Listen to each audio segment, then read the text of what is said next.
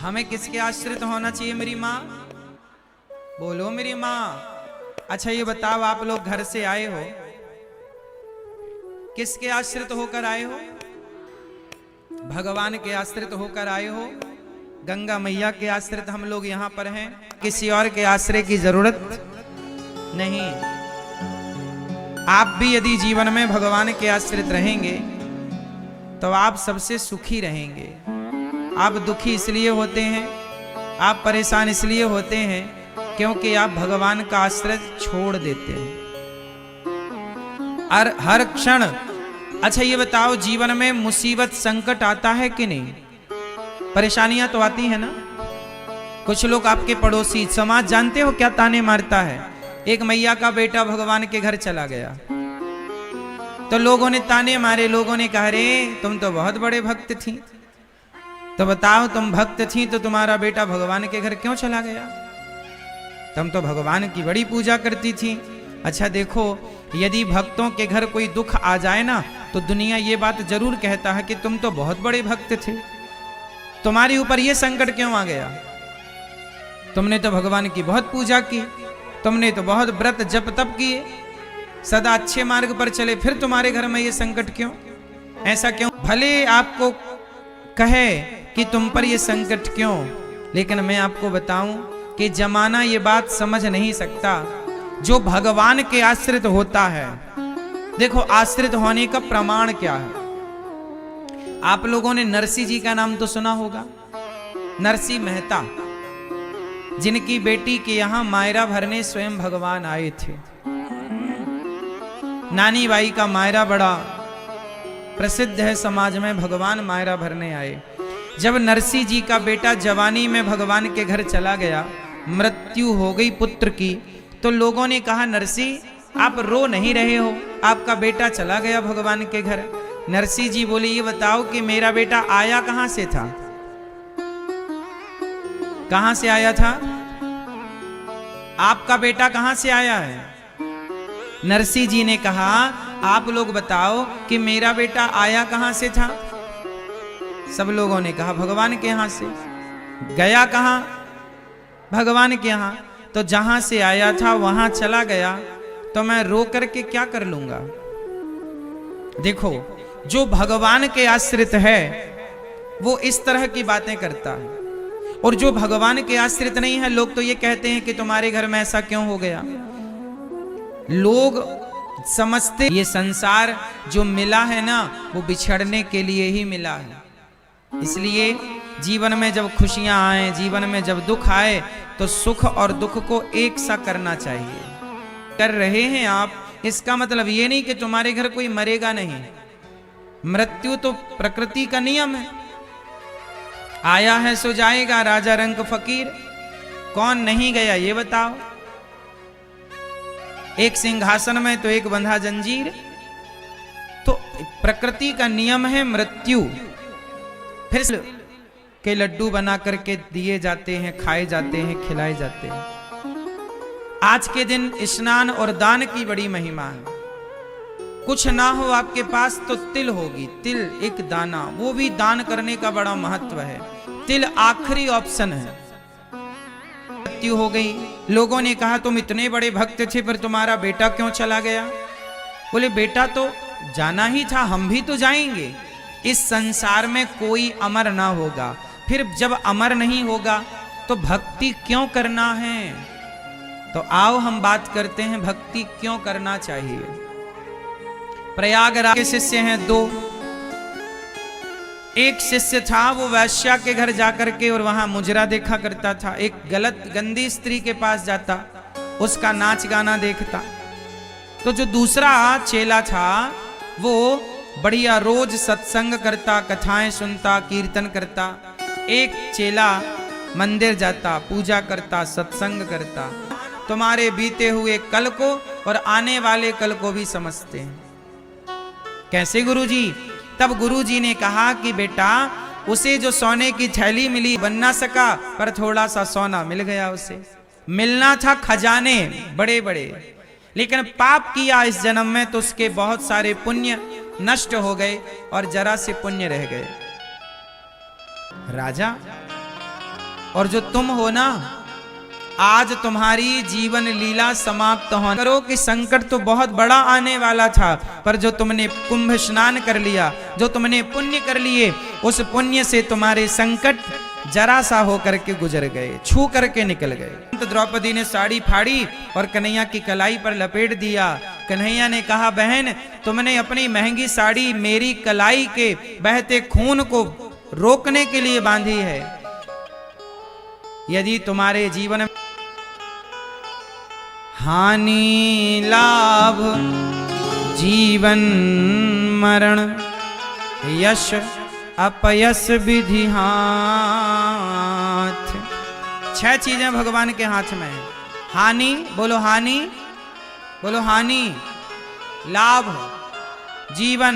ये तो परेशान ना होइए, हानि उतनी ही होगी जितनी होनी है। लाभ कितना भी प्रयास कर लो, लाभ उतना ही होगा जितना विधि ने, विधाता ने तय कर रखा है। हानि लाभ ईश्वर के हाथ में, मेहनत आपके हाथ में, मेहनत तुम करो, तू कर्म कर, फल मैं दूंगा। कर्मण्येवाधिकारस्ते मां फलेषु कदाचन। तू कर्म कर, तेरे हाथ में कर्म है। फायदा कितना, नुकसान कितना, ईश्वर। हानि लाभ जीवन मरण, कितने साल का जीवन और कम कीर्तन करो, समाज के लिए अच्छा सोचो, सबके लिए अच्छा करो, बस। बाकी जो हो रहा है ये सब ईश्वर का खेल है। वो भेजे तो आए, वो बुलाए तो जाएं, हमारा कुछ भी नहीं है। हर हाल में खुश रहना चाहिए। कोई ताने मारे कि तुम इतने बड़े भक्त थे फिर तुम्हारे घर में ऐसा क्यों हो गया, भाई जमाने का काम है कहना, कहने दो। हम भगवान के आश्रित हैं और भगवान के आश्रित होकर, अच्छा ये बताओ छोटा बच्चा किसके आश्रित होता है? जोर से, छोटा बच्चा किसके आश्रित? हाँ हाँ या ना? मारती है ना? तो जब थप्पड़ मारती है तो क्या बच्चा मां का आश्रय छोड़ देता है? बोलो। जब मां 2 थप्पड़ मारती है ना तो रोते हुए मां को ही देखता है बच्चा, हाँ या ना? जब छोटा सा बच्चा थप्पड़ खाकर भी मां का आश्रय नहीं छोड़ता, तो तुम्हारे जीवन में छोटे मोटे संकट आ जाएं, कभी कोई विपत्ति आ जाए, तो उस संकट विपत्ति में भगवान का आश्रय। जो भक्त जीवन में थोड़ा संकट पाकर भगवान से दूर हो जाते हैं, भगवान फिर उन्हें राजा बाबू नहीं बनाते। और जो दुख विपत्ति पर भी भगवान के चरणों से लिपटे रहते हैं, भगवान उन्हें राजा बाबू बना देते हैं। भगवान उन्हें, लोग भागवत सुन रहे हैं, भागवत क्या करते? अच्छा ये बताओ, गोपियां किसके आश्रित थी? बोलो। तड़पती रहीं, रोती रहीं, कृष्ण छोड़कर चले गए। एक मैया मेरे पास आई प्रश्नोत्तरी में कुछ दिन पहले, कहीं और की बात है। वो मैया मेरे से बोली, एक स्त्री बोली, महाराज मेरे पति जेल चले गए तो मैंने एक पराये आदमी से संबंध बना लिया। क्यों? बोले महाराज जी मजबूरी थी। हमने कहा कौन सी मजबूरी? बोले 4 साल से आदमी जेल में है। हमने कहा मैया तुम 4 साल, प्रश्नोत्तरी में उन्होंने ये पूछा। अब मैं आपको एक बात बताऊं कि संसार के लोग, पति चला जाता है ना तो कुछ लोग दूसरा ब्याह कर लेते हैं, पत्नी मर जाए तो आदमी दूसरा ब्याह कर लेता है। लेकिन गोपियां कृष्ण के बिना 100 वर्षों तक तड़पती रहीं, लेकिन कृष्ण के अतिरिक्त किसी और के बारे में सोचा भी नहीं, चालू कर लेता है। लेकिन गोपियां 100 वर्ष तक कृष्ण के लिए तड़पती रहीं। 100 भी धन दे, कोई कितना भी कुछ कहे करे, लेकिन आपको कभी भगवान का आश्रय नहीं छोड़ना। भगवान जैसे आप और आपका परिवार, आप दोनों हाथ उठाकर भगवान से बस यही कहो कि हे प्रभु, ये दासी, ये पूछे कैसे हैं आप, तो कहा करिए प्रभु के आश्रित हैं, प्रभु के हैं। किसके आश्रित हैं? भगवान श्रीमन नारायण के आश्रित हैं हम। भगवान कैसे हैं आप लोग? भगवान के आश्रित हैं। आश्रित समझते हैं ना, जैसे छोटा बच्चा मां के आश्रित, ऐसे हम इस कथा में परीक्षित बन के हमारे श्री प्रसिद्ध नारायण दुबे जी, दूधनाथ दुबे जी, श्रीमती समस्त दुबे परिवार की ओर से यह कथा का आयोजन हो रहा है। भगवान आपको और आपके पूरे परिवार को सदा सुखी और स्वस्थ रखें। अंधकारी जैसा पापी भागवत सुन के मुक्त हो गया। भागवत सुन के मुक्ति तो मिलती ही मिलती, इसमें क्या किंतु और क्या परंतु। परीक्षित जी ने भागवत सुनी मुक्ति, धुंधकारी ने भागवत सुनी। जन्माद्यस्य यतोऽन्वयादितरतस् चार्थे स्वभिज्ञः स्वराट् तेने ब्रह्म हृदय आदि कवये मुह्यन्ति यत्सूरयः। तेजो वारि मृदां यथा विनिमयो यत्र त्रिसर्गो मृषा धाम्ना स्वेन सदा निरस्तकुहकं सत्यं परं धीमहि। यस्य जन्म आदि यस्य जन्माद्यस्य, भगवान का प्राकट्य हुआ। भगवान मतलब भगवान कितने होते हैं? क्यों क्यों मैया मैया लाल मैया, भगवान कितने होते हैं? क्या नाम है एक भगवान का?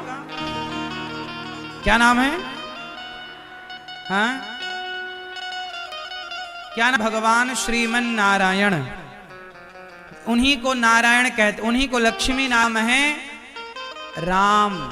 भाषा गुजराती है, महाराष्ट्र की भाषा मराठी है, बिहार की भाषा अलग है, पंजाब की भाषा पंजाबी है, हरियाणा की भाषा हरियाणवी है, राजस्थान की भाषा राजस्थानी है, मध्य प्रदेश में भी हिंदी है, बुंदेली है, मारवाड़ी है, अनेक भाषाएं हैं। तो भाषाएं अनेक होने से, अनेक भाषाएं होने से हमने एक को ही अनेक भाषाओं से पुकारा तो ना। आलू केवल हम लोग आलू समझते हैं, अन्य देशों में आलू को अनेक नाम दिए गए, हाँ या ना? फिर आलू तो जस का तस है, सब्जियां तो जस की तस हैं, लेकिन उनके नाम बदल गए।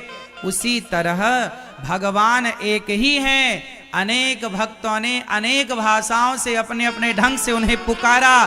तो कोई उन्हें राम कहकर बुलाया, तो किसी ने कृष्ण कहा, किसी ने अनेक नामों से पुकारा, किसी ने उन्हीं को जगन्नाथ कहा, किसी ने उन्हीं को विट्ठलनाथ कहा, किसी ने उन्हीं को द्वारिकानाथ कहा, किसी ने उन्हीं को बिहारी जी कह दिया। बोलो हाँ कि ना? अब आओ का मतलब एक है। बात सही है कि गलत है? कंफ्यूज हो गए लोग। अच्छा ये बताओ, गंगा मैया कहां से निकली हैं? बोलो, गंगा मैया कहां से निकली मेरी मां? कहां से निकली? बैठो बेटा बैठो। गंगा मैया का एक नाम है विष्णुपदी। क्या नाम है? क्या नाम है? कैसे निकली? ये घटना तब की है जब राजा बलि के यहां वामन भगवान आए। कौन आए? जब राजा बलि के द्वार पर वामन भगवान, देखो वामन कौन है? वही नारायण। क्या बनकर आए? वामन। जब भगवान विष्णु, जब भगवान श्रीमन नारायण वामन बनकर आए तो राजा बलि से कितनी पग भूमि मांगी? हुआ जब सत्यलोक में पहुंचा तो सत्यलोक में ब्रह्मा जी विराजते हैं।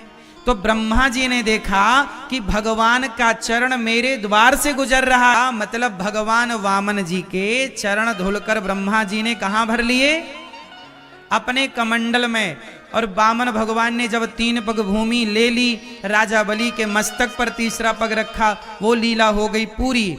इसके बाद राजा सगर के पुत्र हुए असमंजस, फिर अंशुमान, फिर उनके दिलीप, फिर हुए भगीरथ। क्या नाम पड़ा? कि तुम दोनों पत्नियां ही आपस में घर्षण करो। ताकि तो उनके तपस्या के प्रभाव से ब्रह्मा जी प्रकट हुए। कहा कि प्रभु ऐसी कृपा करो, गंगा मैया दो, ताकि हमारे पूर्वजों की वो हमारे तेज को सहें। तब भगीरथ जी ने शिव को प्रसन्न किया और शिव ने कहा कि भगवान का चरणामृत है गंगा। तो प्रभु के चरणामृत को तो भक्त अपने माथे था। जन्हू ऋषि, तो जन्हू ऋषि ने गंगा जी को, गंगा जी ने बाबा जी की कुटिया बहा दी। बाबा जी तपस्या कर रहे थे, गंगा जी आई भगीरथ जी के पीछे पीछे। हे महाराज, हमारे पूर्वजों का उद्धार कैसे होगा, थोड़ा कृपा करो। तब जन्हू ऋषि ने अपनी जांघ से गंगा जी को प्रकट किया। इसलिए गंगा जी का एक नाम है जाह्नवी। गंगा मैया का एक नाम क्या है? जाह्नवी। फिर गंगा मैया वहां से चली तो आगे 7 हरिद्वार के ऊपर ना 7 बाबाओं की कुटिया थी, सप्त ऋषियों की। तो गंगा जी को लगा कि एक बाबा की कुटिया बहाए तो पी गए, यहां 7 साधु हैं, यदि बहा देंगे तो फिर तो निकलेंगे भी नहीं। तो गंगा मैया ने 7 संतों की कुटिया को बचाते हुए आगे बढ़ी। तो गंगा मैया की 7 धाराएं हो गईं। तो हरिद्वार के ऊपर गंगा मैया की कितनी धाराएं हैं? 7 धारा है। वो 7 ऋषियों को बचाने के कारण हो गई। फिर वही गंगा मैया जब चली तो चलती चलती चलती चलती जब वो प्रयाग पहुंची तो गंगा मैया के सामने प्रयाग में भी एक संकट आकर खड़ा हो गया। प्रयाग में गंगा मैया आगे नहीं बढ़ी, गंगा मैया हाथ जोड़ के खड़ी हो गई। किसके सामने? बोलो बोलो। यमुना मैया के सामने। भगवान क्या कौन है? विरजा नदी। बैकुंठ में एक नदी है विरजा, वही विरजा महारानी भगवान कृष्ण की लीला के समय यमुना महारानी बनकर प्रकट हुई। और भगवान श्री कृष्ण की पत्नी है यमुना। यमुना मैया कौन है भगवान की? जोर से। अच्छा, यमुना मैया प्रयाग से पहले से जा रही थी, पहले से बह रही थी। तो प्रयागराज जी में जब यमुना महारानी का दर्शन हुआ तो गंगा मैया हाथ जोड़ के खड़ी हो गई। अच्छा, गंगा मैया है भगवान की दासी, भगवान के चरणों से निकली हैं। तो दासी है गंगा मैया और पत्नी है यमुना मैया। तो भाई दासी तो पत्नी का सम्मान करेगी। तो गंगा मैया हाथ जोड़ के खड़ी हो गई। हे मां, आप आज्ञा करिए, मैं कहां जाऊं। तब यमुना मैया ने कहा, गंगा आ मेरे गले। यमुना मैया की आज्ञा से चालू हुई। किनकी आज्ञा से चालू हुई? हाँ, यमुना मैया की आज्ञा से चालू हुई।